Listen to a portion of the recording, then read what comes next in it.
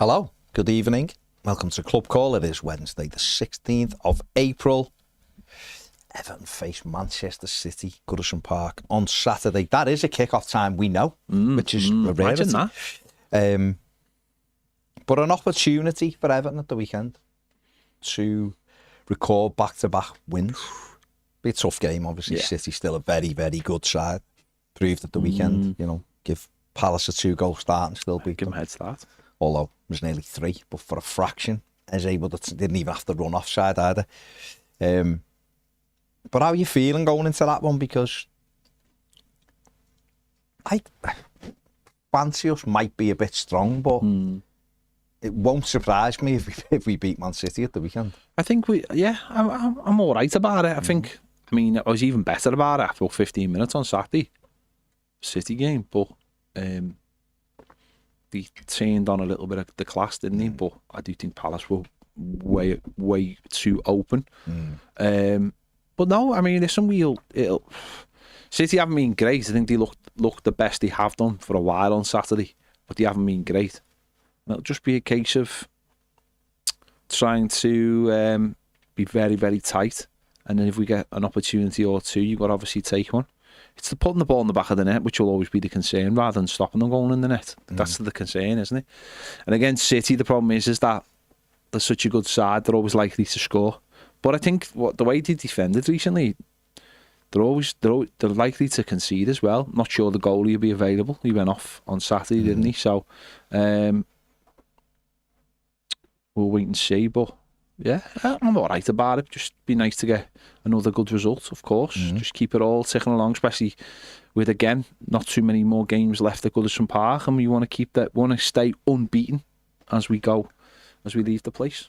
Yeah, I mean, a draw would be a decent result as well. Obviously, we want to win, but a draw wouldn't be a terrible result at all. And they are still, no matter what, people still are. They've written them off as if they're the technical side, and they're not. They've still got absolute class up there. Yeah. But, like you just said, they let goals in, don't they? They're conceding goals at the moment, so we've got a chance. Why not? We're playing well. We're nice and tight, being good at Goodison, so why not? Why not? Indeed. Why not? Indeed. But let's see. Let's get in. Bob the Blue says this time last year we just lodged our appeal against the second PSR charge. What a difference a year makes. Yeah. It is mad, isn't it? It's mad a year ago that we still had all the 777 stuff knocking about. That was just quiet, wasn't it? We had this charge gone in, appeal gone in. Yeah. We'd already had points deductions. We were actually just come off yesterday. A year ago, we got beat 6-0 at Chelsea on my birthday. Nice one. There's Sean. Give me a Sean promise that day. And everything felt very depressing. Yeah. Really. Even though technically we were safe. I know, the Burnley game had got us safe, hadn't it? But since then, a year later, new owners, new manager, playing well, brand new stadium to go into. It's totally different. Feels like a totally different place, doesn't it?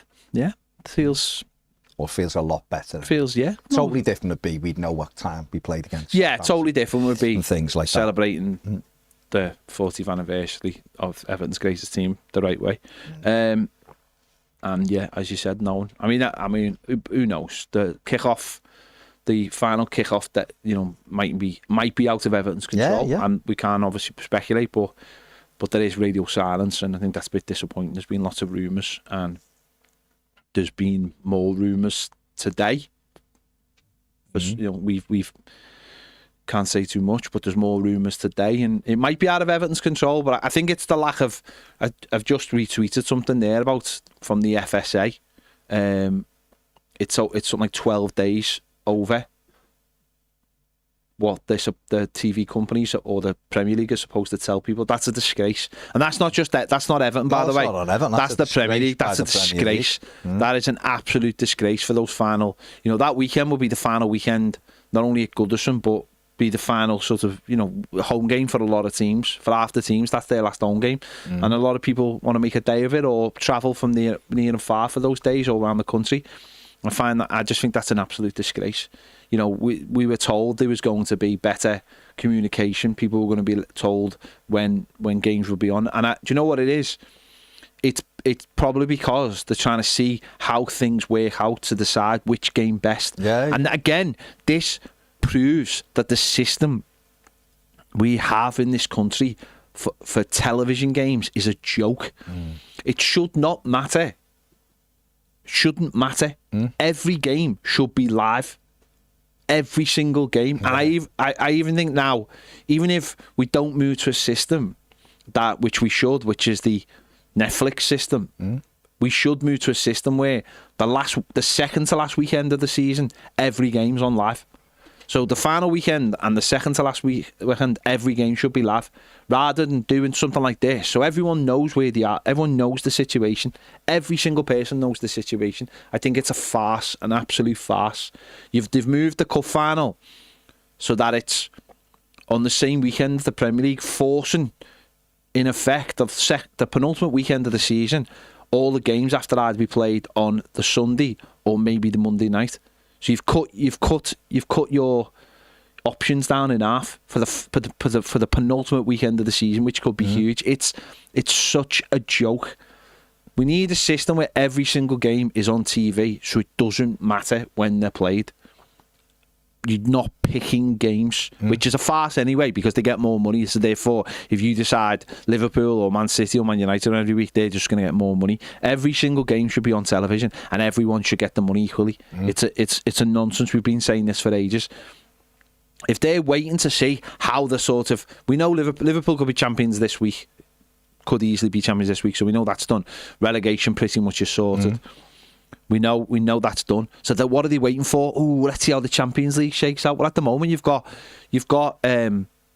5, maybe 6 teams who are still in the shake-up. So how possibly can you work that out? Plus, you don't know who's going to be in the FA Cup final. No. So you could have Villa and Man City in the final. So what are they going to do? Wait till the semi-finals are played before these? It's absolute just nonsense. And we in this country are the ones who suffer for it most, because if you were in any other country in the world, none of this matters to you because you've got every game live, but you're waiting for the picks to happen in England. It's, honest to God, it's the most ridiculous thing ever.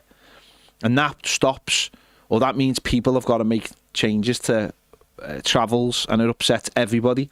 It's just a joke. The people who go to the match, the people who create the atmosphere. Yeah, it is crazy.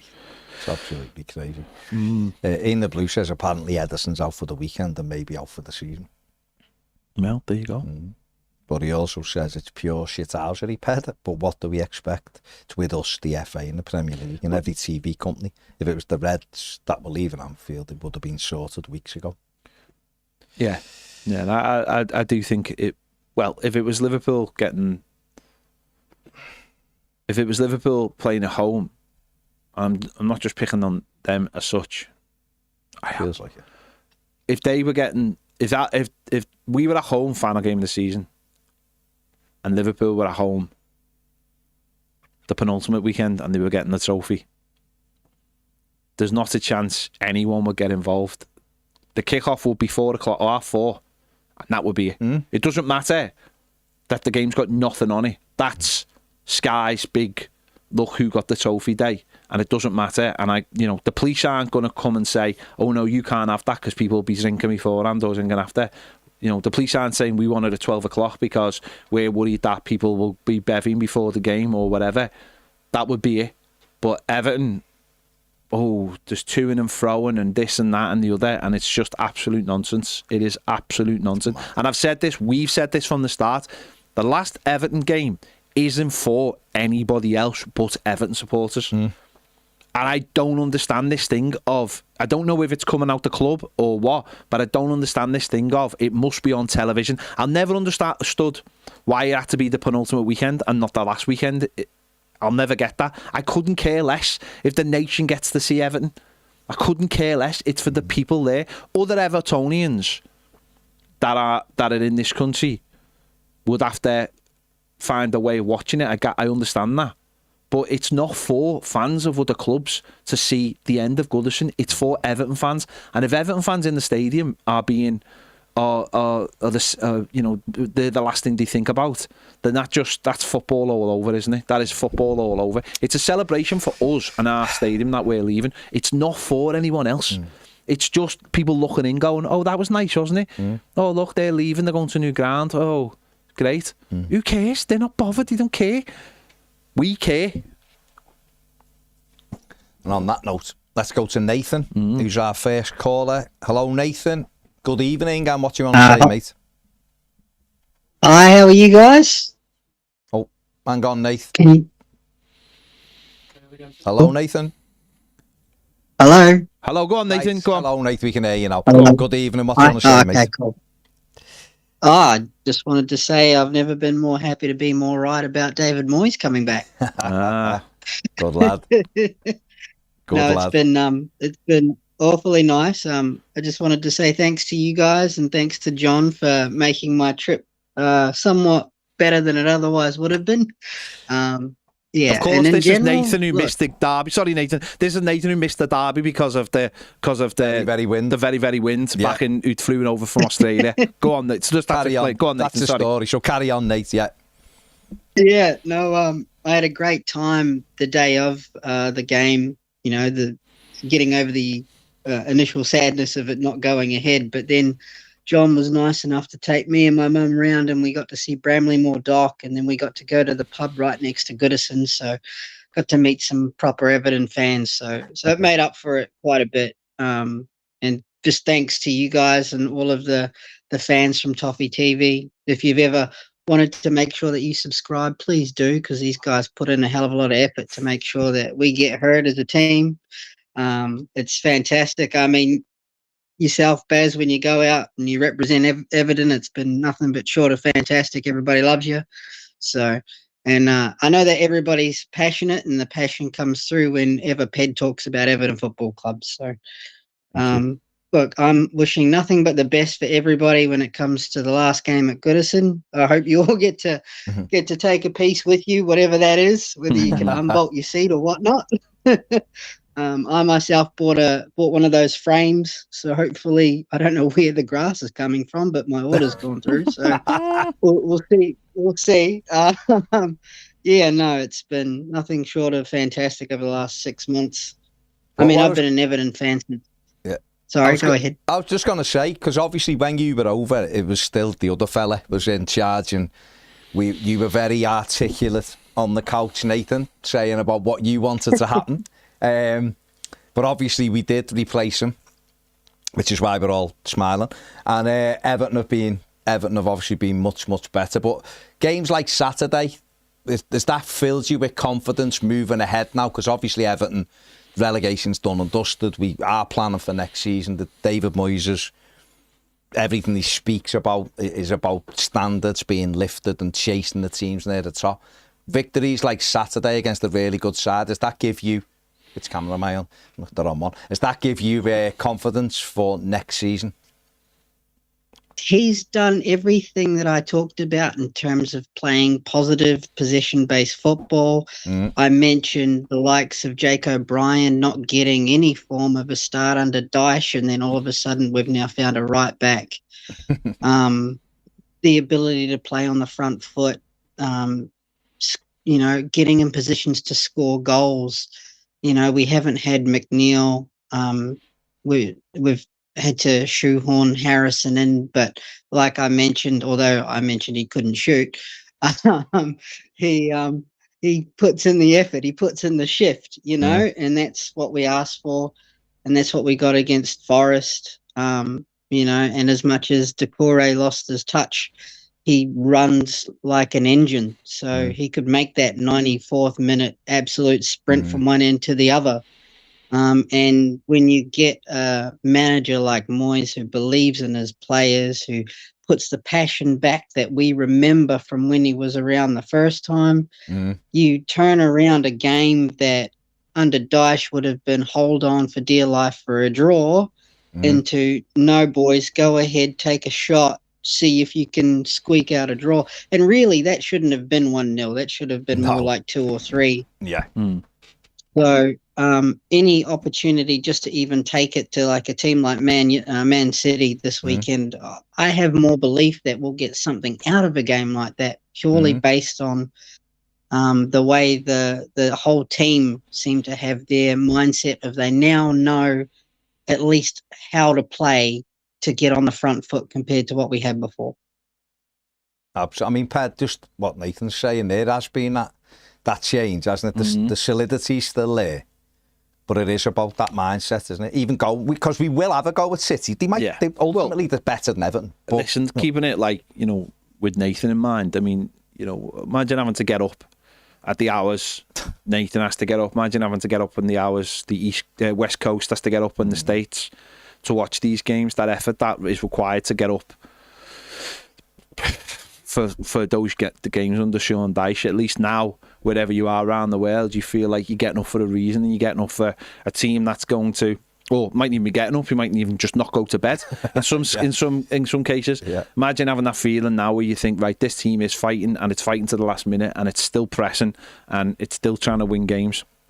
And as Nathan just said there, Manchester City, you think, right, Everton are going to have a real go, and they're not just going to sit back. And even when they concede, it's still about, well, let's not concede another one.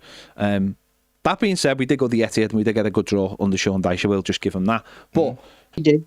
That's part of being a fan, isn't that? Such a big part of being a fan, especially fans who can't get there every single week. Because even though I've just reiterated about Everton in the last game of the season, you draw so much. We draw so much passion and from our fans from around the world that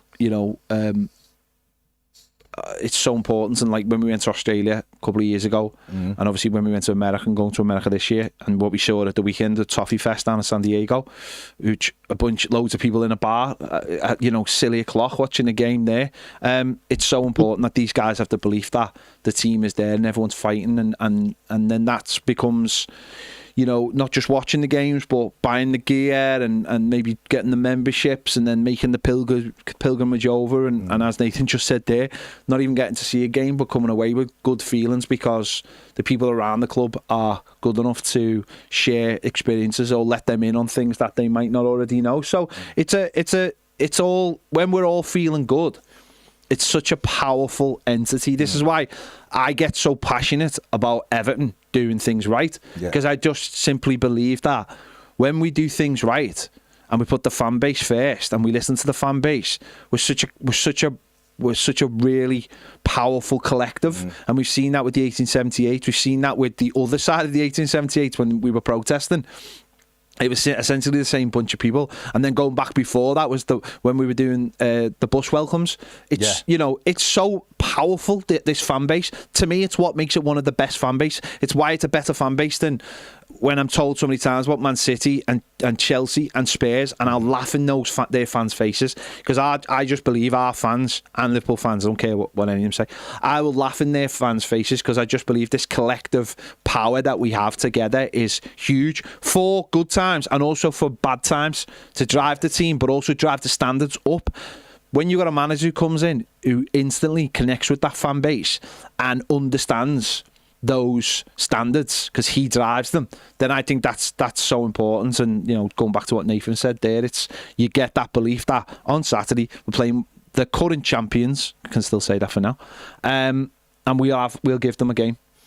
That's it though. I mean, Nathan, just quickly, has it changed sort of your perspective watching it, knowing that even like on Saturday, Man City, realistically, if both teams play to their level, City should beat Everton as the better team.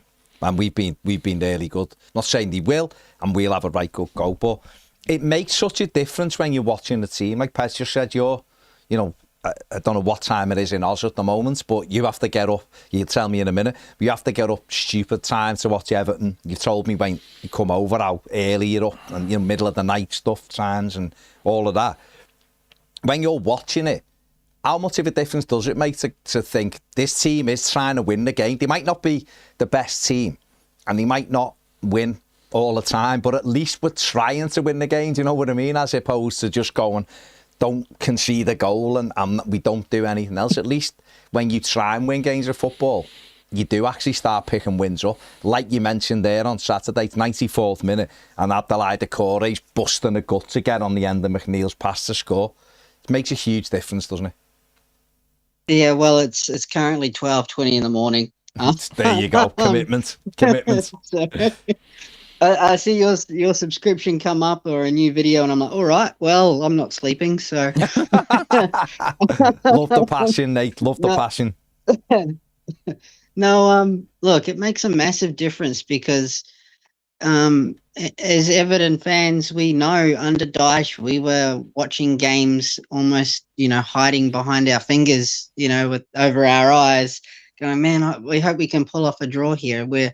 Look, I would rather walk away from, spending my night, having 8 shots on goal, and thinking, one of those could have gone in, or man, if it wasn't for that great keeper save, we could have got a draw there, thinking that at least we've tried, at least we've put in the effort, we've created something.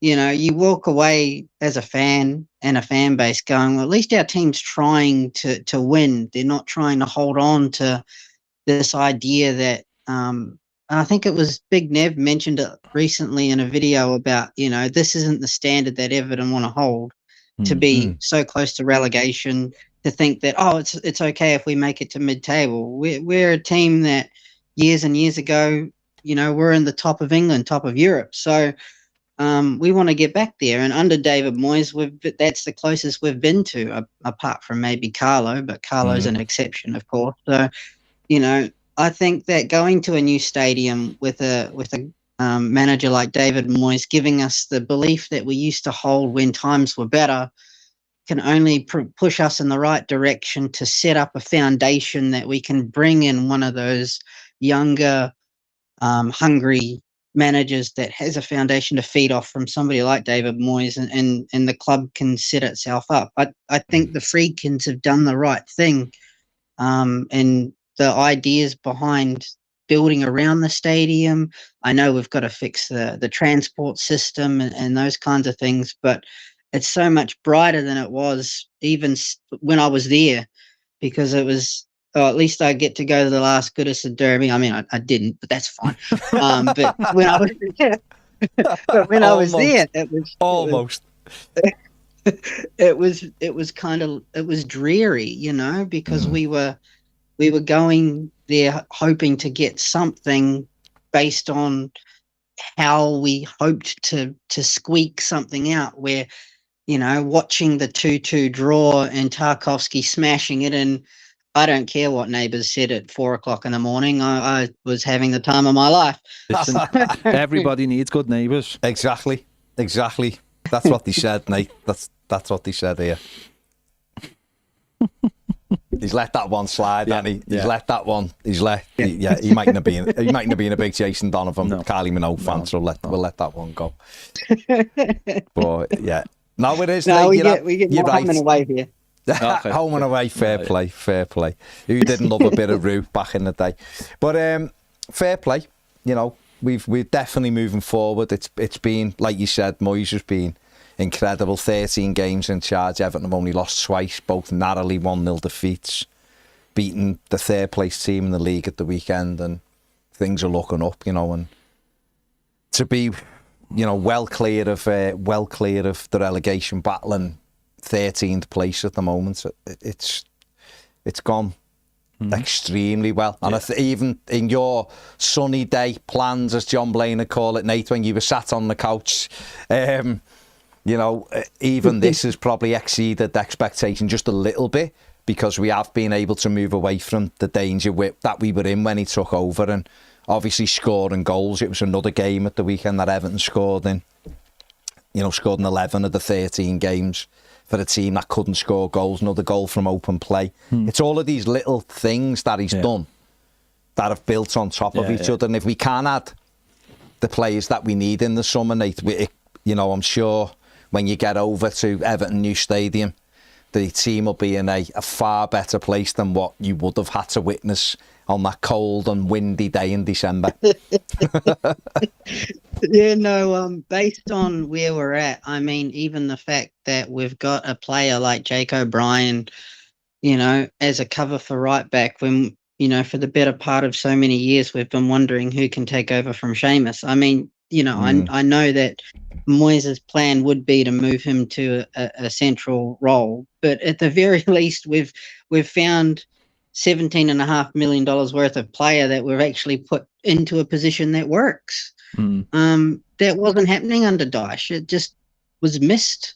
Everybody's got a positive mindset. You see, like James Garner enjoying his ability to sit beside Idrissa Gana Gueye, who looks even more calmer on the ball and can take more tackles and be, the fact that he's leading like most of Europe with the amount of tackles he can take on at 35, 36. He wants to stay around. That's great. He can teach Garner and whoever we want to bring in how to play like that. Hopefully Eric Burnham gets that opportunity next year. So all of a sudden, all of those things that we were worried about is kind of flipped to, well, now we've got potential to build off the older parts of our team, bring in that youth that, you guys have talked about with those 4 rumoured players that could be potential. Like an idea of Liam Delap coming at £30 million in the last 2 to 3 years seems unobtainable. And now it seems like, that would be good. That would set the frame, when we've wondered if DCL will stay or go, or what will we do, or do we have Beto? All of these things have kind of gone a bit by the wayside. Like you said, I couldn't have imagined that Moyes would have turned out to be as good as he was. So I think all of us are pleasantly surprised. But by bringing that in, I mean, you've even put Baines into a leadership position. Maybe that's who gets the opportunity to take over. Who knows? Imagine an Everton first team led by Leighton Baines. That sounds pretty cool. Yeah, and it would look pretty cool as well. It would look pretty cool. Yeah. It would. Yeah. Right, Nate, got people waiting, so lovely nice one, mate. Speak to you. Thank you very much, mate, and stay in touch. Keep smiling. Worry. Keep spreading the news. Thank you for your time. Cheers, Nate. Take I care. appreciate See it. you later, pal. Thank Ta-ra, you. mate. Ta-ra.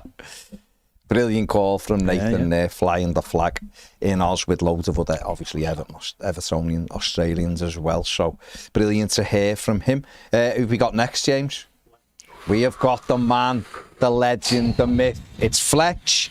And who knows what Fletch Who knows what's going to Who knows? Everyone just take a deep breath. Should everyone take a deep breath and let's see. And He's taking a deep breath. I like that. Yeah. So whenever you're ready, Fletcher, off you go, my man. He's still taking a deep breath. Still. Big Fletch. Is he going the Titanic? Fletch. That was a really good joke. It was, I know. Yeah. Fletch Lives. What a film. It's not a bad film. The new one with John Hamm's quite good, you know. It? Yeah, there is. John Hamm does a quite good Fletch. No. No. Is he done? Is he allowed? He's gone like Jack froze. There was room on that piece of wood for him. Of course, there was room on that piece of wood, mate. I'm not being funny. If it had been a black lab, no issues. But if it had been a like black lab, no issues at all. There was room. Who else have we got? We've got Eddie. Put Eddie on, and then we'll come back to Fletch. We'll have to come back to once Fletch. He's like breathed. He's gone for the deep diving breath competition. Okay. Eddie, are you there? Yes, Eddie's there in Texas, about to go into a Lexus dealership, ask for a car, start his road drive to Chicago. Fair play. It was Toyota originally. Now I have to upgrade. No, Eddie, you're a I have classy to guy. upgrade now. You're a classy guy. I feel like you're a classy man, Ed, Yeah.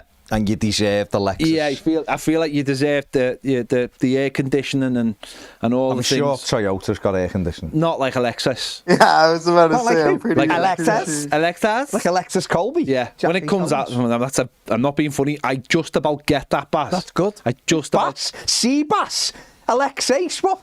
Have you not had your normal coffee? No, I haven't had my normal coffee. Because the coffee machine's broke. It is. And I've had to have poor man's coffee. I wonder what you want to say. What's poor man's coffee? Granules. Granule. It was rubbish. Granules. It was rubbish. From a big industrial tub as well, Eddie, I must stress. Dang, Anyway. not like a Anyway, jag Ed. or something Anyway, like go on, that. Ed. go on, Ed. It's about you. It's not about us. No, it's go not on, about my us. mate. Off you go. So what I wanted to talk, one of the things I wanted to talk about was, I don't know, I joined late, so I didn't hear the first like okay, couple listeners. Did anyone talk about the Doucoure contract yet? No, you go ahead. Go on. You've got the floor, my friend. Yeah, so I was looking at like his input, and like they were like on TikTok they released a little thing of that he hasn't lost, or if he scores we haven't lost a game. We've drawn a lot, but we haven't lost any games. Yeah. And I'm in the boat where like a player like that, if he's willing to come down on wages, I don't know like what they would offer him, because right now he's like at 100K a week, right, or 110K, something along those lines. Along those lines, like, yeah. I would take if he's willing to come down to like 60 or like 50. I feel like that's still a pretty good deal for what he brings to the team, and like even his celebration was really funny. The contract, signing the contract celebration, and I think if he's willing to take less money and a lesser role, well, I guess it depends on Moyes, because Moyes seems to prefer him over playing Carlos Alcaraz or even Tim. So, like, if he's, I think he would still be a good player to retain on reduced terms. But I've heard your opinions kind of differ from both of y'all. But I don't know. I just think he's just such a. The best way to put, he's a clutch player. He's clutch. He's not consistent, but he's clutch in the big moments. I think would you guys agree with that? That's a very American term, by the way. Very American term, but I like it. But we get it. And we get it. I think the thing with Doucoure is you're right, Eddie. If he was to take and if he's on what we're led to believe, which is more than $100,000 a week, if he sort of would take half of that, then he is a handy player to have in the squad. He does come up with goals, does a lot of work on and off the ball more so than on the ball. So he is good for the squad. And he's played the Premier League for years. He knows what you're getting from him and all that. My only issue is if Everton are trying to move forward, then we want better footballers on the ball, don't we? We want people who can keep the ball for us and move the ball about. And therefore, you'd also we're trying to create a new wage structure as well, I think, where all the wages come down. For too long, Everton just paid, and Doucoure is one of them. But that's exactly the contract he should have got at the time, because everyone was getting it, and he was coming from another club, so I get why he did. And he has been a good signing for Everton, he really has. Scored key goals for us, another one at the weekend. But retaining him on the wages he's on, if that is real, what he's reported as being on, doesn't work for me at his age. Yeah. But, like you said, Eddie, if he is useful, if his wages come down, then... Yeah. But we do have to shift a little bit as well. My opinion has been, and I think this is what Eddie was saying, my opinion, and I mentioned it again the weekend, was I don't know how a player goes from being a first-team regular to leaving the club for nothing. I just don't know how that works. Happened before, though. I know, but I just... Happened with Alan Stubbs all those years ago. But he chose to leave, though. He was offered the contract and he chose to leave. Yeah, but I bet you if Everton offered Doucoure $30,000 a week, he'd choose to leave. I think he'll take it. I think he's desperate enough to take it for another year. I think he's earned enough money and understands where the game needs to be played, and it's in the Premier League. And for me, I wouldn't offer him. I said this the other week about Ghana guy and with Sharpie, and it was a little bit tongue in cheek. But my point was, get the wage down. But now Ghana guy since then has been like, he was clearly watching, and he was like, no. Best player. I will show you. I will earn the wages I am on now. And he's right. But Doucoure, I would definitely offer another contract. It just wouldn't be anywhere near. The other side of it is, what I would say here, Ed, is I'm not sure. What's the average wage that Premier League player is supposed to be on? Is it about 50 or 60? So that's like, we can't. So this is where it's difficult to say what he should earn or what he shouldn't earn, because if it all comes down to the average, what an average is now, like what a box, I'm only on 60, that kind of thing. I don't know what that is. But if it's 60, then offer him 60, offer him a year and lessen the need for him during that year. And hopefully in the time we move, Tim Irabuna was an Everton player, gets more opportunities. Carlos Alcaraz is in a really unique situation because 9 games triggers the contract, and Everton clearly do not want to trigger the contract right now. They want to see more of him, but that means he isn't starting games. So they're going to leave that till the very last minute. So who knows if he'll re-sign. But even if you sign someone else, there will be a bedding-in period for the types of players we seem to be looking at. So I think that getting another year out of Doucoure makes sense to me, because we are going to be letting other players go. And that could be Harrison, Lindstrom, Brozier, could all be gone. Ashley Young, Dominic Calvert-Lewin, gone. And you're looking at that squad and you're like, oh, it needs a few. Well, if you've already got them at the club, and listen, he is an amazing, we know he's an amazing, but as you just mentioned, in those moments, he just pops up and can do something now and again, not all the time. We need to lessen the need of his impact on games by having better players. But that's not a good, for me, that's not, he walks away and one walks in. That for me is a transition over the season. And that's what I'd do. That's what I'd do. But I certainly would not be offering him the wages he's anywhere near what he's on now. At his age, I agree. And is what we want to see him have less and less impact as someone else makes more of an impact.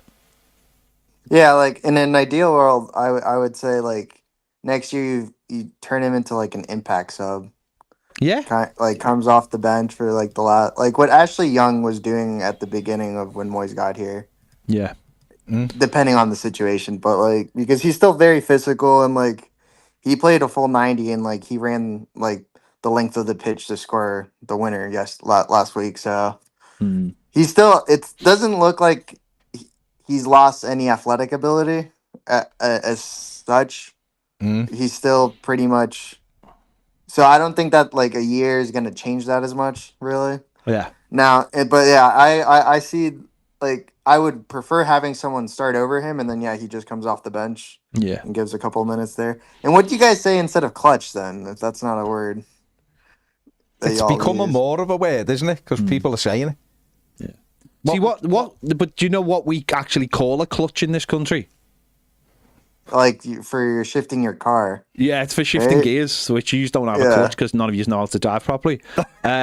Which is true. I know how to drive. I know how to saying drive films. Don't you know how to drive stick? Yeah. Very much in Pretty Woman, that got said. Yeah, that we pressed. I'd honestly seen you. Yeah, we pressed the clutch to change the gears in our cars. So what would we say? What would ours clutch be? Like match winner type thingy? Yeah, I don't know. Yeah. Big moment. Yeah. We haven't really got big moment player. A big moment player or something like that, or a match of the day player. No, I don't think. I think that's different. I don't know if they're like clutch is like the person who wins you the game. Yeah, but he comes through. He only scored 3 goals. Yeah, but a match of the clutch player. I didn't say he was a clutch player. Eddie said he was a clutch player. He kept us in the league. That's pretty clutch. Yeah, there you go, Ed. You tell the man. You stick it to the man, Ed. You say that when you get to the Lakeside place. You go, listen, my friend, I want a car with no clutch, because the only clutch is Doucoure, who kept us in the league and kept your sweet ass from going bust. Why would they have kept their sweet ass from going bust? No idea. Yeah, they didn't know this at that point. Not being funny, if you say something and you mean it, people generally believe it. Okay. That's what I'm saying. Fair play. Got a guy to the presidency of America. Stay half away from that stuff. I didn't say a word. Just saying. It's all good, Ed. It's all good. And then real quick, the last thing is for next season, the AFCON. Yeah. I really think we need a couple more players if that's going to be if it's real that there could be potential of 9 games missed. They missed, don't they?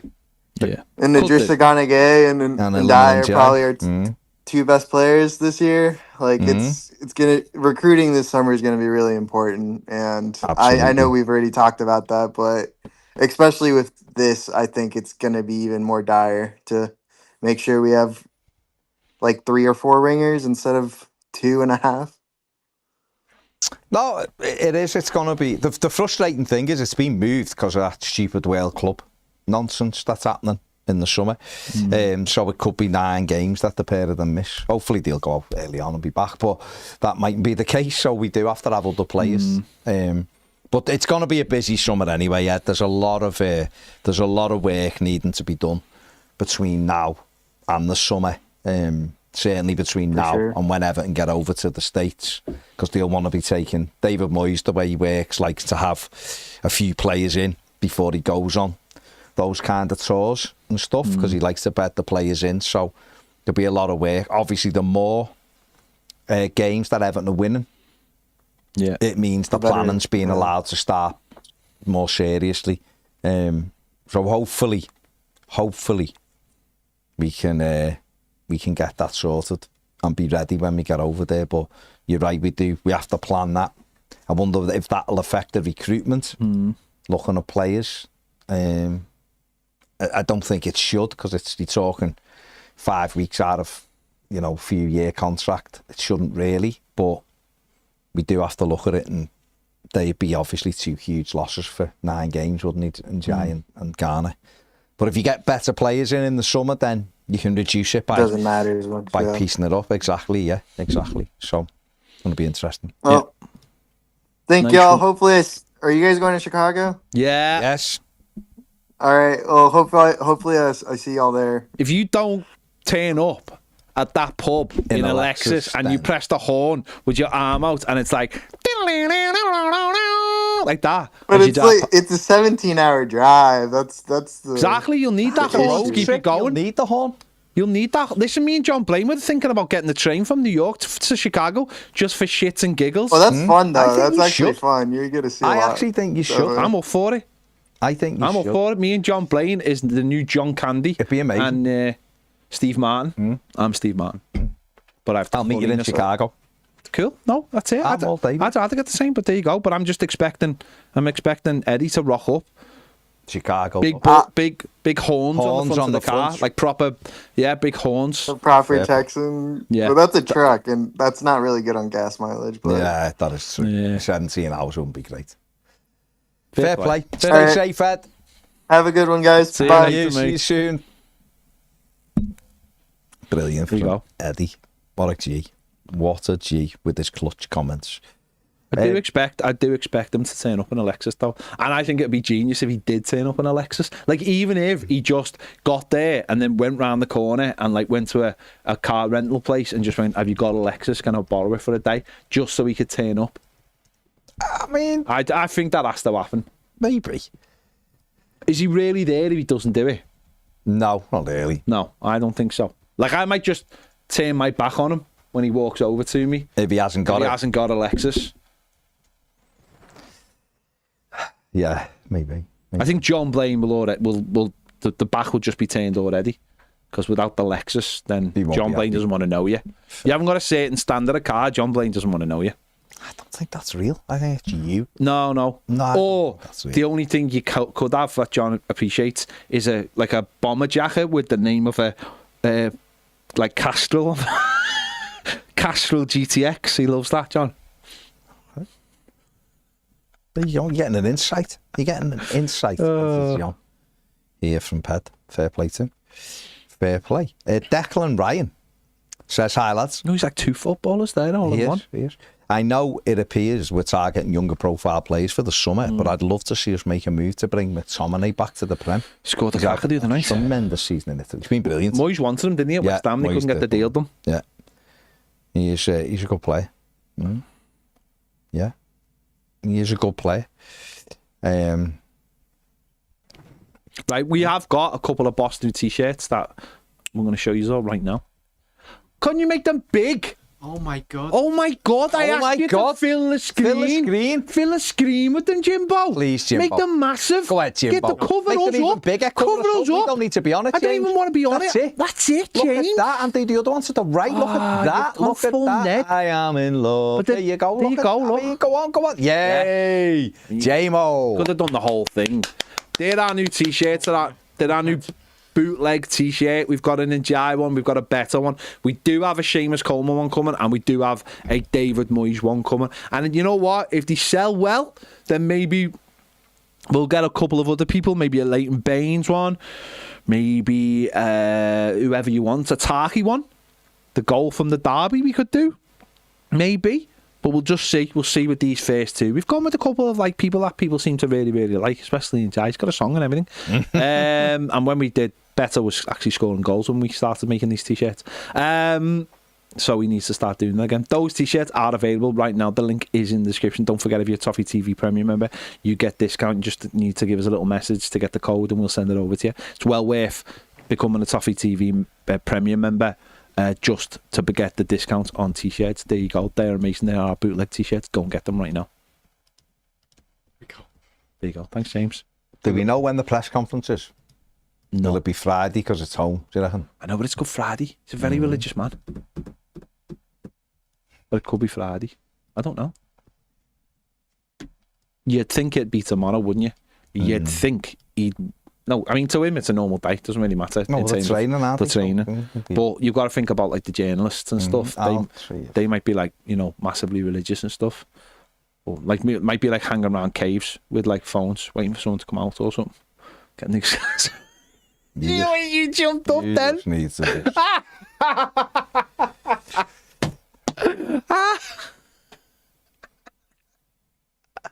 See that then, you? So quick you. I went this. No, listening. No. I said to him, he said, well done, James. Don't make him repeat it. Journalists might be hanging around caves with like phones and they're waiting for someone to come out over the weekend. Oh, I get it. Yeah, James didn't even get the biblical story. Well that's done, even, James. that's even Just worse, let him slide it. That's even worse. Yeah, after next. Let him Get the next caller on whoever. Hayden says, and Jai will always love you, but as in a Whitney Houston song. That's another reason to buy the t-shirt, clearly. But it's not on the t-shirt, but, you know, there you go. Is Fletch coming on? Is the man, the myth, the legend coming on? Oh, Fletch. We've had two callers on, so it's not us. People are waiting for the Fletch. You fletched us off. He's left. He's going to trade it. Oh, he's going to come back. Anyone else waiting? No. Fletch is fuming. The Fuminator is Fletch. He's disappeared. He's gone. Liam says you need to make a Mopai t-shirt with him sticking his head out of a bin, Groucho style. No. Nah, feels a little bit aggressive. Kev Maloney says, what about a trip to the tip t-shirt? It sounds like an idea, and we'll have a think about it. Kev also says Doucoure's inconsistent with skills. His finishing and pressing is great, but his passing and dribbling is League One. I'm wondering if they don't want to insult him, thinking it's better not to offer him a contract than offer him 50k a week. Maybe. Oh, here he is. The man, the myth, why the legend. Did you just come back like that? He's here. Hello, Fletch. Sounds sorted. Happy birthday, Baz. Thank you very much, my friend. Thank you. I just wanted to start off. There's three things that I wanted to just quickly talk about if I can. Yeah. You can talk about them slowly if you want. Yeah. Okay, sweet. Quickly or slowly, Right, Fletch. so the first one is, I'm really impressed with the victory against Nottingham Forest last week. It was a big game victory and probably the best victory for David Moyes so far. And the away support from the fans was absolutely unbelievable. Yeah. And it's like, and I just wanted to pick up on something what Ped said before about him not being. It's about the fans. It's about the Evertonians when it comes to the final game of the season. I don't think it's just about the fans per se, even though they are important. I think it's for everyone. I think it's sort of like it's about commerce and getting as much algorithm as we can and getting as much attention as we can to basically bolster our efforts into the transition period into the new stadium. Okay. Ped? And just what you said today on the Daily Live as well.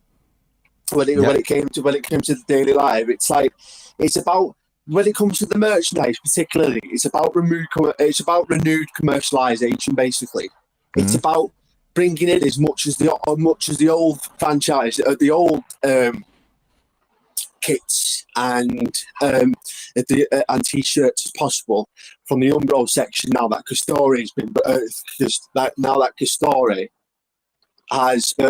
has taken over Umbro, and I think it's about bringing in fresh minds as well for just new merchandise, like new really nice fresh kits like t-shirts, hoodies, jumpers, that kind of thing, because for too long Everton have been quite small in terms of the variety, in terms of what they have to offer, in terms of like the sales of the club, because Everton is a brand. and we should be broaden our horizons as much as we can.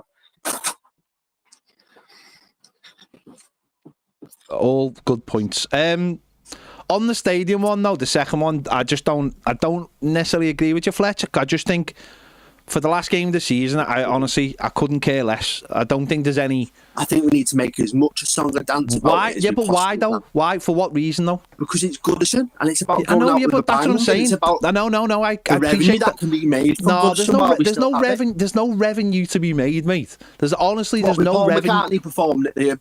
Paul McCartney's not performed it. Paul McCartney's not performing at Goodison Park. But there's no what. Yeah, but even if he was, right, how would that help us financially?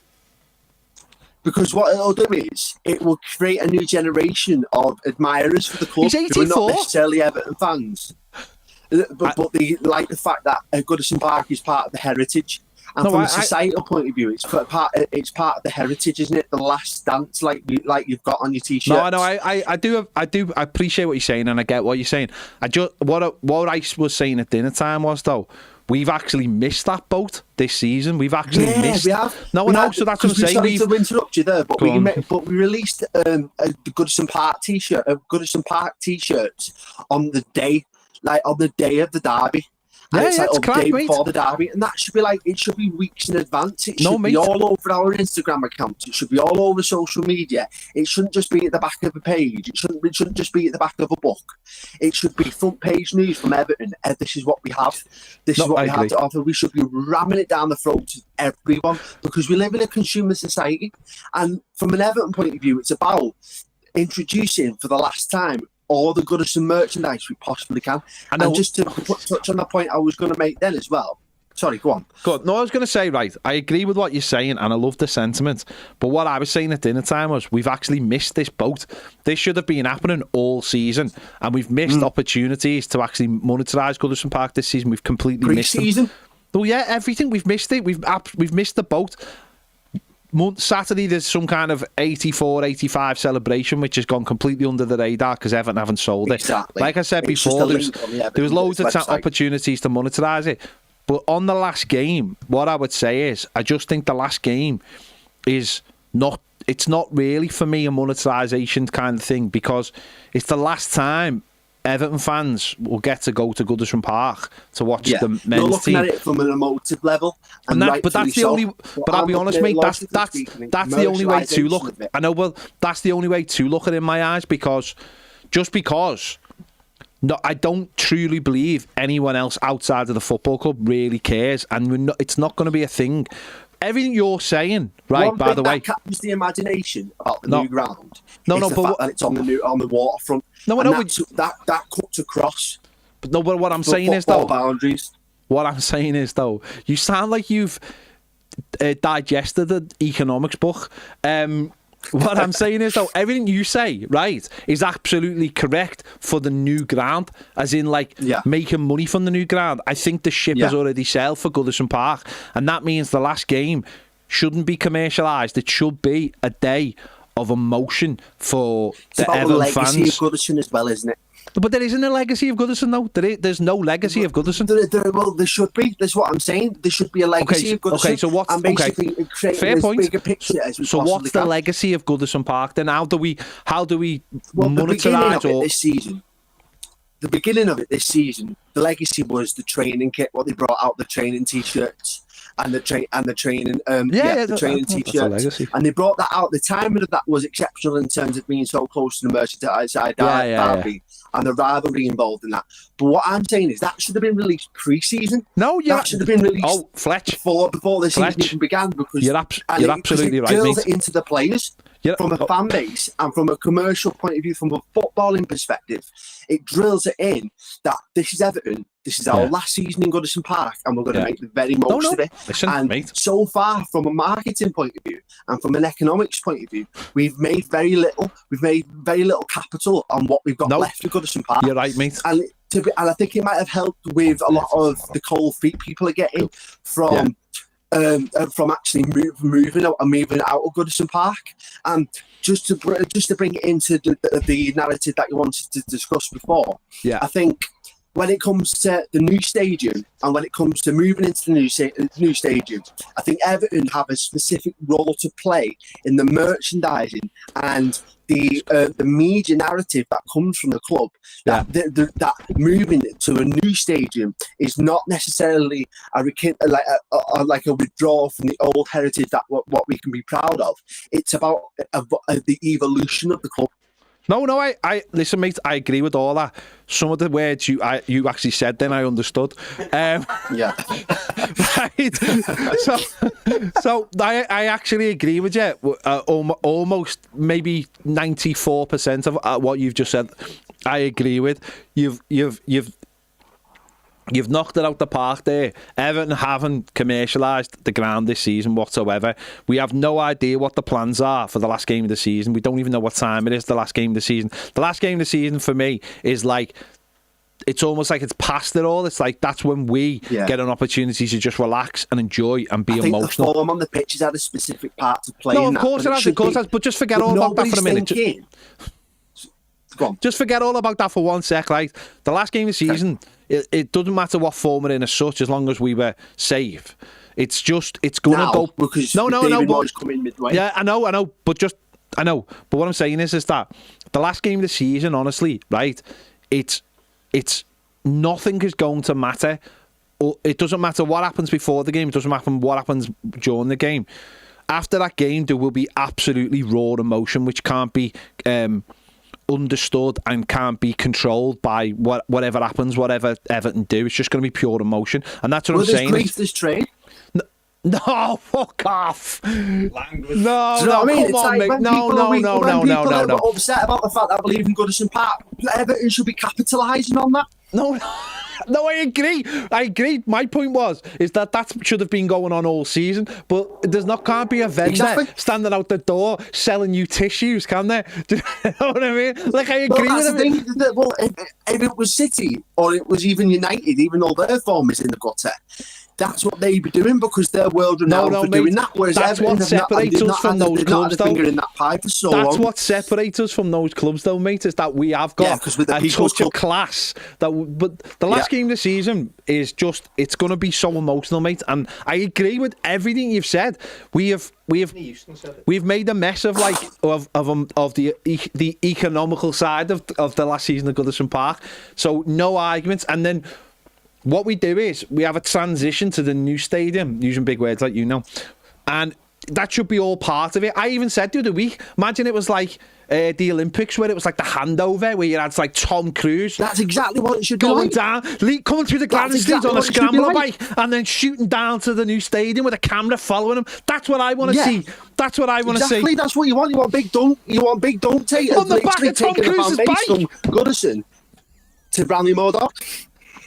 That's what you want. And it's like, just to finish off as well. Go on, finish off. When it comes to Bramley Modoc now, and when it comes this hopefully with Bramley Modoc being our new stadium, what it'll do, it's not hopefully going to be our new stadium. It definitely is going to be our new stadium. What I meant by that was, now that Bramley Modoc is going to be our new stadium, what it should do now is reinvigorate the club and set it on a global vision, and when that comes to the backroom staff, bringing in like the right merchandise, the right fashion, the right clothing range, everything should be more from the heritage, but at the same time both the heritage as well as new forward thinking, and far reaching. And what I mean by that is variety. That's what Everton need. We've been stuck in a small box for so long, and that's Goodison Park, right? Hopefully, Bramley Modoc, what it'll do now is it'll broaden our horizon, and that's what we need. That's what Carlo was sold in the first place. Sorry to mention Carlo again. Wait, come back to me. Get a load of this guy. All I'm going to say, Carlo the Red. I'm not saying Carlo the Red. Back, and that's not what I'm suggesting. Fletch. I'm saying Fletch. Carlo the Red. Carlo the Red. Carlo isn't a red. Have you seen his comments? What he's doing, Carlo Ancelotti, in a minute. He keeps going on about his comments? He likes to keep the dream alive, even though he's at Real Madrid and everybody's saying. Have you seen his comments? He's not. Did you see his comments? Yeah. I've about seen his comments. his dream is to manage I do like the Liverpool. fact that he even mentioned the word Liverpool, but he's an Evertonian. That's what he likes to maintain. Yeah, yes, of course he is. Of course he is. Do you know what I mean? It's like David Moyes is our manager. And I'm so impressed with the statistics with Everton at the minute. We're scoring more goals, we're conceding less, we've got more possession, and we're above United, Spurs, and West Ham. What more could you want? Well, a lot more I'd like to be above another 10 teams. But what I'm saying is keeping David Moyes at the club until at least his contract runs out. What we need to do as a franchise is we need to sell. That's what we need. We need to make as much money as possibly can to keep in tabs with PSR. Fletcher. The revenue needs to go up. Can you do me a favour? And the quality needs to be better. Right. I agree with you, right? Can you do me a favour? Can you please apply to be on The Apprentice next year? Please, from me. Honestly, I can see you in the boardroom as the PM with your team behind you and Lord Sugar. You'd have Lord Sugar tied in knots. Oh, be amazing. You'd have him tied in knots. A quality brand. Everton is a quality brand in terms of how it appeals in the States, in terms of how it appeals to places like Australia and the Asian continent. Everton it's like a baseball team in the eyes of many Americans, right? And that's a quality thing, because I'd like to think there's when it comes to making money and making as much money as possible, we can pretend we've got all of the potential in the world. It's just having the right minds in the right places in order to galvanise what the assets, what we do have, and create more of it, and more variety, and more substance behind that as well. Okay. Listen, what a call. What an absolute call. It's been incredible. Brilliant, Fletch. As always entertaining, Fletch. There you go. Well done, Fletch. Loads of good points made. Yeah. Love you. We'll speak to you next week. But Fletch, for now, you're fired. There you go. Cheers, Fletch. See you later, Fletch. Top man. There you go. See you later. Ta-ra, mate. Ta-ra. Is there anyone else, James? One more, the final. Hang on, Posh Matty on the Super Chat said, if you do a 24-hour 100,000 stream, Fletch could do 12 on his own. Well done, I think Posh our subscribers went down then. And now they're back up. Just going back up again. Yeah. What an avid for ketamine. Anyway, ketamine. No, ketamine. If you'd have ketamine, that's a different one. That's someone with great ideas. Right, okay. Down the banks 1878 says John Ralphio live on here. John Ralphio's unbelievable, by the way. Okay, who've we got? Annabelle. It's Annabelle. Good evening, Annabelle. What would you like to say? Good evening, gentlemen. Good evening, gentlemen. Good evening. I am one of the most sentimental Evertonians you will ever meet. I think it comes from being so far away from Liverpool. But I think it's time we need to just let go of the fact that we have really messed up this season in terms of enjoying Goodison for the final time, because we need to look to the future. It's time for us now to turn the corner and look to getting the team back to where it deserves to be. And we've missed the boat, as Ped said, on really celebrating Goodison and on getting merchandise out that would have been suitable for it. But we just have to learn to live with that and get on with it. And quite frankly, your merchandise has been better than the club's anyway. Thank you. First of all, before we let Annabelle carry on, what a contrast in two voices. The clarity of Anna, the chaos of Fletcher, and the clarity of Annabelle's voice. Oh my God. Just absolutely lovely. It's not even that. It's just the volume. It's everything. It's the excitement of Fletcher. It's the excitement. Annabelle, you know what? I think there's a lot. What you say, that is right there. We can't change it now, can we? No. We can't change it. We're past the point of no return in what we could have, should have, would have done. But I think one of the things that's probably still Bug and Ped, probably a bit more than me, is that just with some decisive decision making, as John Blaine would say, it's like, I know this probably isn't sort of the club, maybe it isn't the club's fault, but just the confirmation of this Southampton game would be a start, wouldn't it? Can you believe, Annabelle, that it still hasn't been decided when this game's kicking off? No, I really can't, because I'm actually thinking of coming up to Liverpool just for the day, Yeah. even though I know I won't get a ticket because I'm a wheelchair user, and so getting a ticket is even more difficult. Yeah. But just to maybe go to the Windsor or one of the other local pubs to watch the game, just that I can be there, because in the more than 50 times that I have managed to go to Goodison, only once this season, but in the more than 50 times I've been there, I've never done the pre-match experience. Right. And so I've never been to St. Luke's or anything like that. And so because I am such a sentimentalist, I would like to go and try and experience that. I am going on a tour at the end of the month of the ground. I managed to get that ticket. So in terms of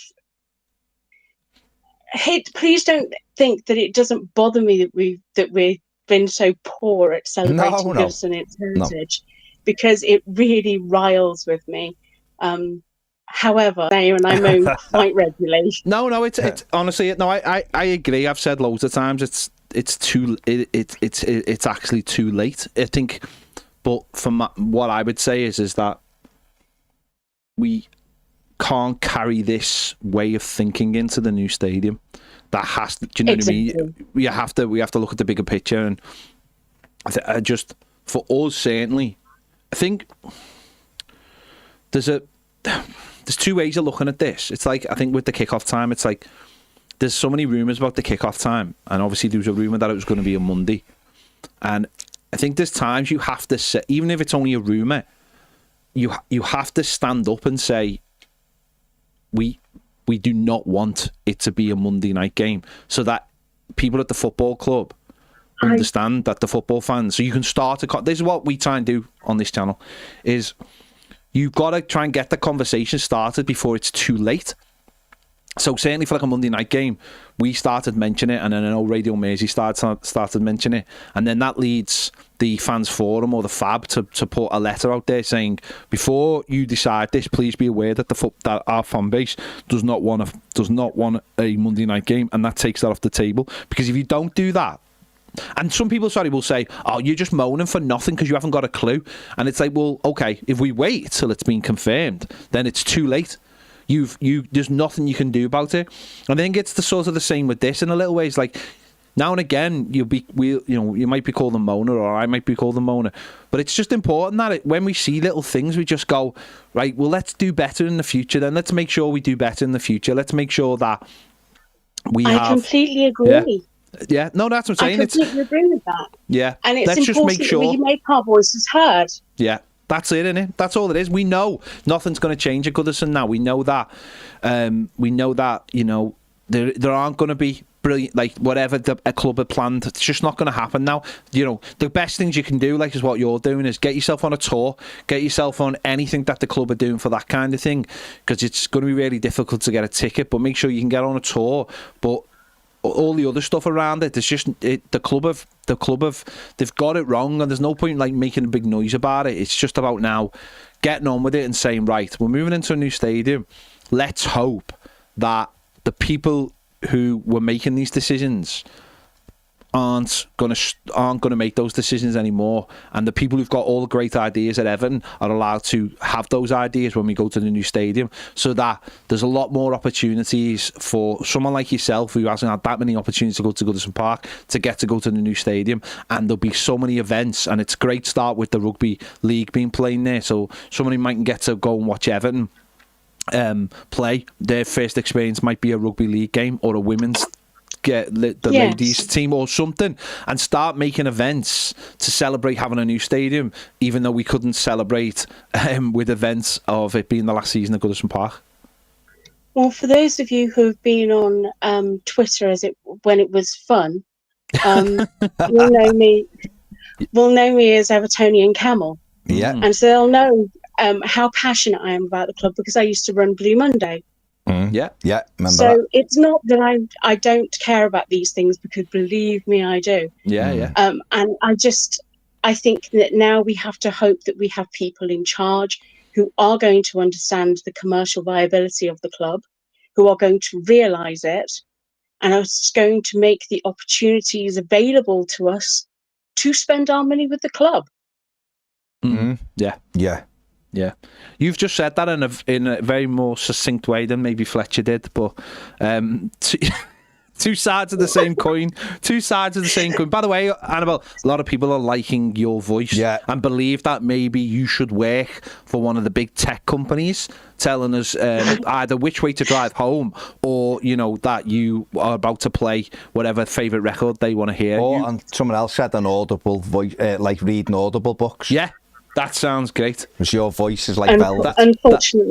Unfortunately, I had to retire due to ill health. So, this could be your new future path. You could just read the book, Annabelle, because you spoke brilliantly here. I think people would love to hear books read by you. Yeah. Oh, you're making me blush, gentlemen. No.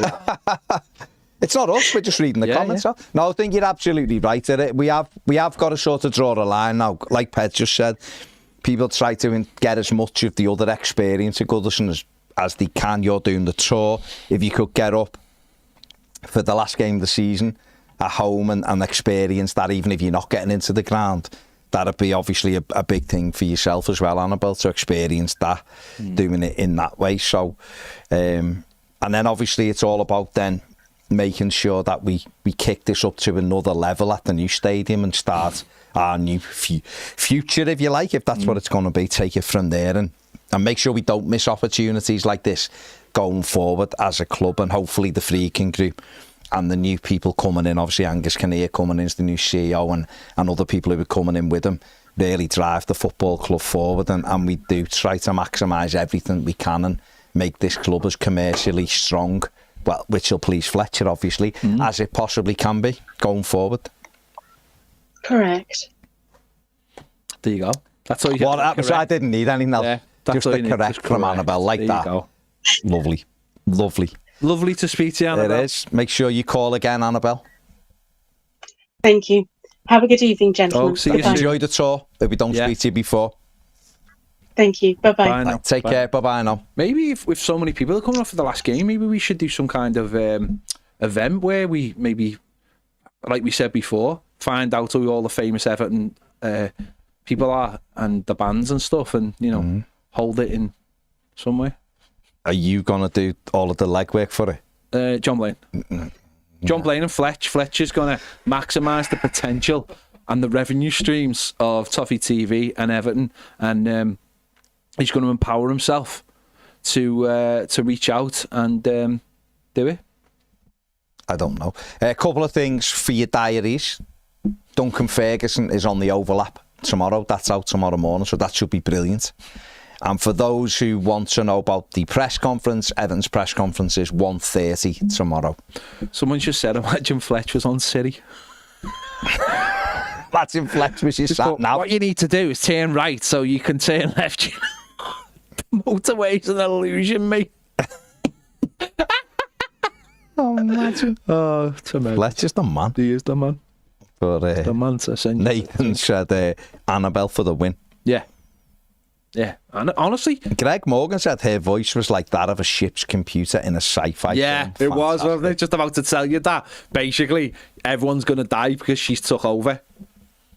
Essentially, she did. She sounded like she was the supercomputer of the future, and she was just about to kill the human race because we were a disgusting stain on the galaxy. That's what I'm just saying. Stained, you always bring it back. Mark G says, what is the best pub to watch the Ipswich match? I'm asking this for an American travelling to Liverpool for it. I'm afraid our tickets might fall through. Why might your tickets fall through? Because you probably bought them off some dodgy site. Oh, no. It's true, though. It's true. There's so many dodgy sites out there. And Everton keep telling people not to buy, but you buy. Your need is just... Ooh. Semi-charm life for YouTube member said 2001 and Everton, obviously. I agree. And Stephen says Annabelle's got a lovely voice. It depends where you want to watch that game, if you want to watch it in town or whether you want to watch it by the ground. In fact, it's a 3 o'clock kickoff, isn't it? So I don't know if you'll be able to watch it round the ground because don't think they put the 3 o'clock kickoffs on because it's not technically allowed. Some pubs will have it. Some in town just have to have a little look. Some in town. Loads in town will. Where me spoons, I missed this one, wants us to ask Annabelle to say, it's all about profit. We have to commercialise the club. It's a massive brand. I don't know whether she'd have wanted to say that, to be fair. But maybe what we could do is get what Fletch said and just slow it down. I love her. Just slow it down. Slow it down. I bet you everyone's like, oh my God, he's a genius. He's just excited. Fletch is the fella running round the spaceship with an axe, trying to save the planet, as the supercomputer, which is Annabelle, is telling him that the world is basically ending because she's took over. I don't think Annabelle wants to take over the world, though. She didn't give me vibes. She just had the voice for it, in the film. The voice is just calm people down. She's just calm and influence. Yeah, she's calming you down. She's basically telling you're going to die. But you'd be like, yeah, Shant. Yeah, that's all right, yeah. I mean, I don't know whether that'll ever be the case where I'll say, yeah, just that's inhale the gas. No. That's what she's saying. She's not. She's sitting there going, there's no evidence drink of that. the Kool-Aid in the film that she's the role of. You're taking it too literal. You think films are the real world? This is why you don't watch films. I don't watch films. Because you think they're the real world. I mean, I do watch You saw Freddy Krueger and thought he was a real man. Freddy Krueger. Go on. Is Ped lying to me? Was Ped lying, or are you scared of zombies? Why would I be scared of zombies? You were scared of zombies. You said you wouldn't watch. Honestly, God, like, you know when he says things, why do you believe anything he says? Okay, context. I told James to watch The Last of Us. Yeah. And I said, Baz won't watch it because he's scared of zombies. I said, it's weird. No, listen. I said, it's weird because he's played both games and he loved them. But I said, watch the game. And you said, why would I watch that? It's full of zombies. Yeah, that doesn't mean therefore you're scared of them. I'm not. I wouldn't watch a film about Liverpool because of Liverpool fans in it. But you've played But I've watched lots of derbies. All right. But you've... I don't, yeah. It's not, I'm not scared of them. I've just got no interest. What's your favourite zombie film? I don't watch zombie films not because I'm scared of them, because they're just nonsense.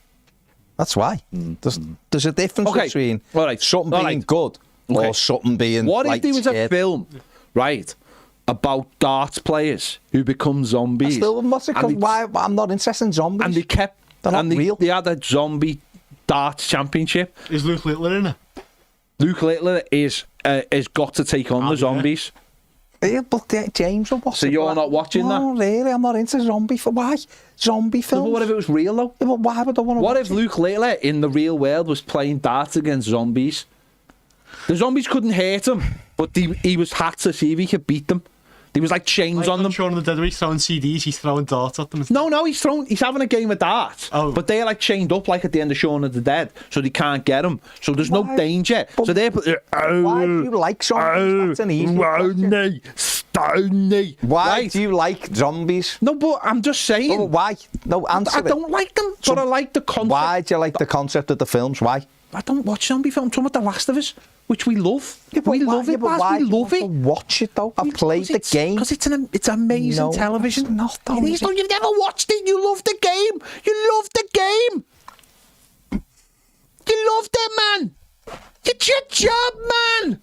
Not to watch. Right, if I had zombie TV, then yes. What if that big fat cop from St. Helens was a zombie and Luke Littler just threw darts at his head? Would you watch it? I can't say that. I'm just saying, what if he... I don't even know who this person is. Stephen Bunton. Oh, so you know who he is. See, I didn't even know who he is, but you've gone cop fat, St. Helens, it must be him. What's the darts, don't we? So I didn't know who it was. But he is one of the biggest darts players. Yeah. Again, fattest. User that's disgrace. Tim, I haven't got a clue, mate.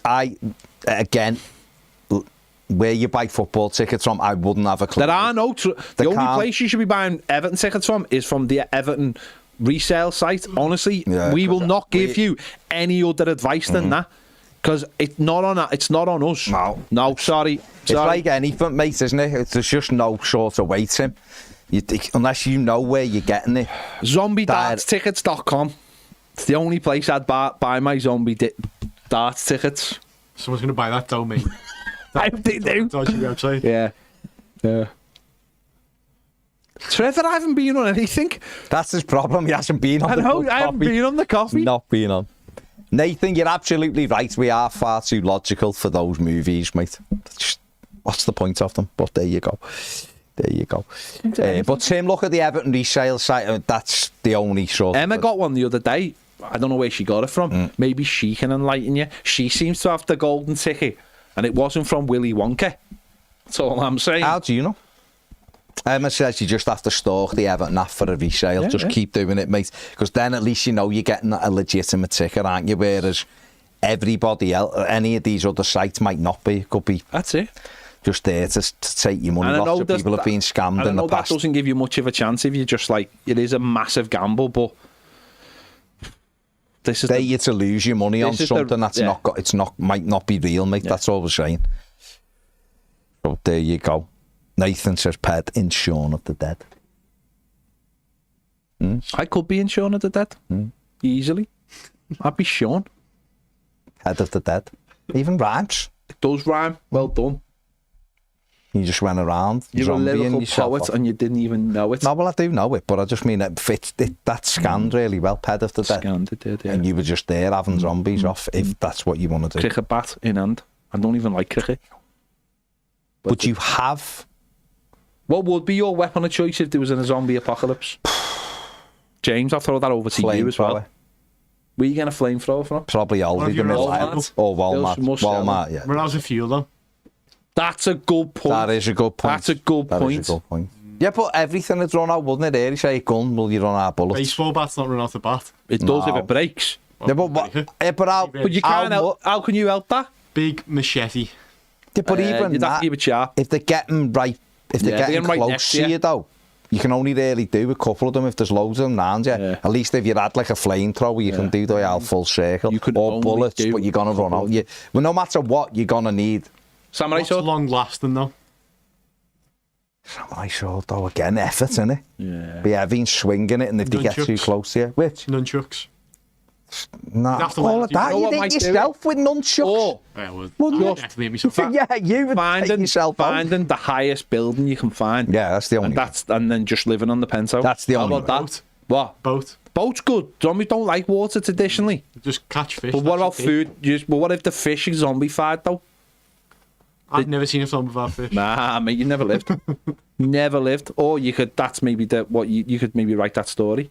Zombified fish. Big penthouse, right? And then what you've got is you've got little chance of them getting in, but you can get the food from all the other houses as well. I had an update from Eddie.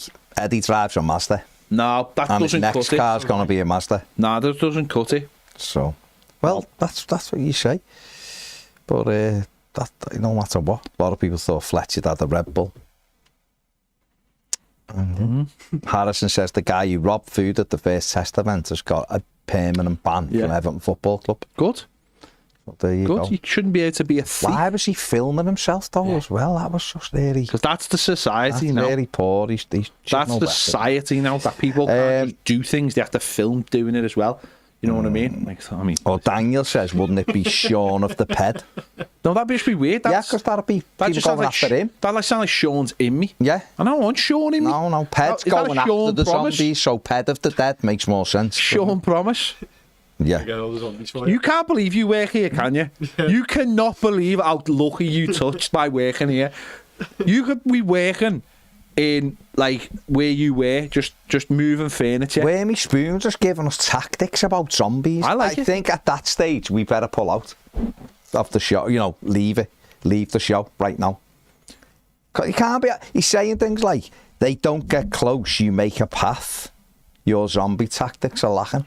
See, but you can't. Don't they come at you with their arm and all that nonsense? There's different stuff though by different rules. So like World War Z. Right. Zombies are there. In that, the zombies are fast as anything. So anytime, let's just mention World War Z. So in World War Z, right, they're dead fast and they go in packs. But what they discover in the film is that they don't like sick people because they basically just go, sick people, why would we want to eat a sick person? We'll get sick. It's they just. So what they realise is if they give themselves a little bit of a jab of a little bit of a dose or something, it makes them immune to the zombies, and that's how they sort them out. Sorry, spoiler, but it's not. It was cut to bits anyway. That's one version, and then in other things, there's like the in The Last of Us, the TV show. It's not like the game either. There's a different. The fungus. Like is alive, and basically it's one. So in the first season, you see a thing where the they go somewhere and they touch some fungus, and that fungus is connected miles to where all the zombies are, and it's almost like Morse code. Had a bit like Stranger Things, slightly. Sort of. Like the thing grows and it like pulses. But it's like, stuff. not really, it's just that when something touches then the other end of Sends the like a fungus signal sends a or message to all the zombies, because they've got the fungus inside them, and it's gross, but it's also excellent. Fair. Because it never gets like gory, it gets some boss bits like. Can't believe you haven't watched it. Can't believe it. Okay. James is going to watch it. Fair play. It's just tremendous. Fair play. Right, thank you everyone for watching. Like, subscribe, do all that stuff. Why wouldn't you watch? And we'll be back. Just disappointed that we haven't gone over 98. 900. 900. Yeah, it was lazy. It was lazy. Unless all the people who were watching have subscribed. Yeah. If you haven't, then that's up to you. So that's all fungi is alive, but we get that. But just it's like talking to other fungi. It probably is like that anyway. It's based on a real thing. The fungi in The Last of Us is based on a real thing. It's not like made up. It's a real thing. And at the beginning of the show, a fella is a scientist and he's on a chat show explaining, like in the 60s, about how this fungi, if you know, as long as the world doesn't heat up, we're all right. And the world heats up. There you go. What a way to finish it. Right, take it easy, everyone. We'll see you all tomorrow. Bye.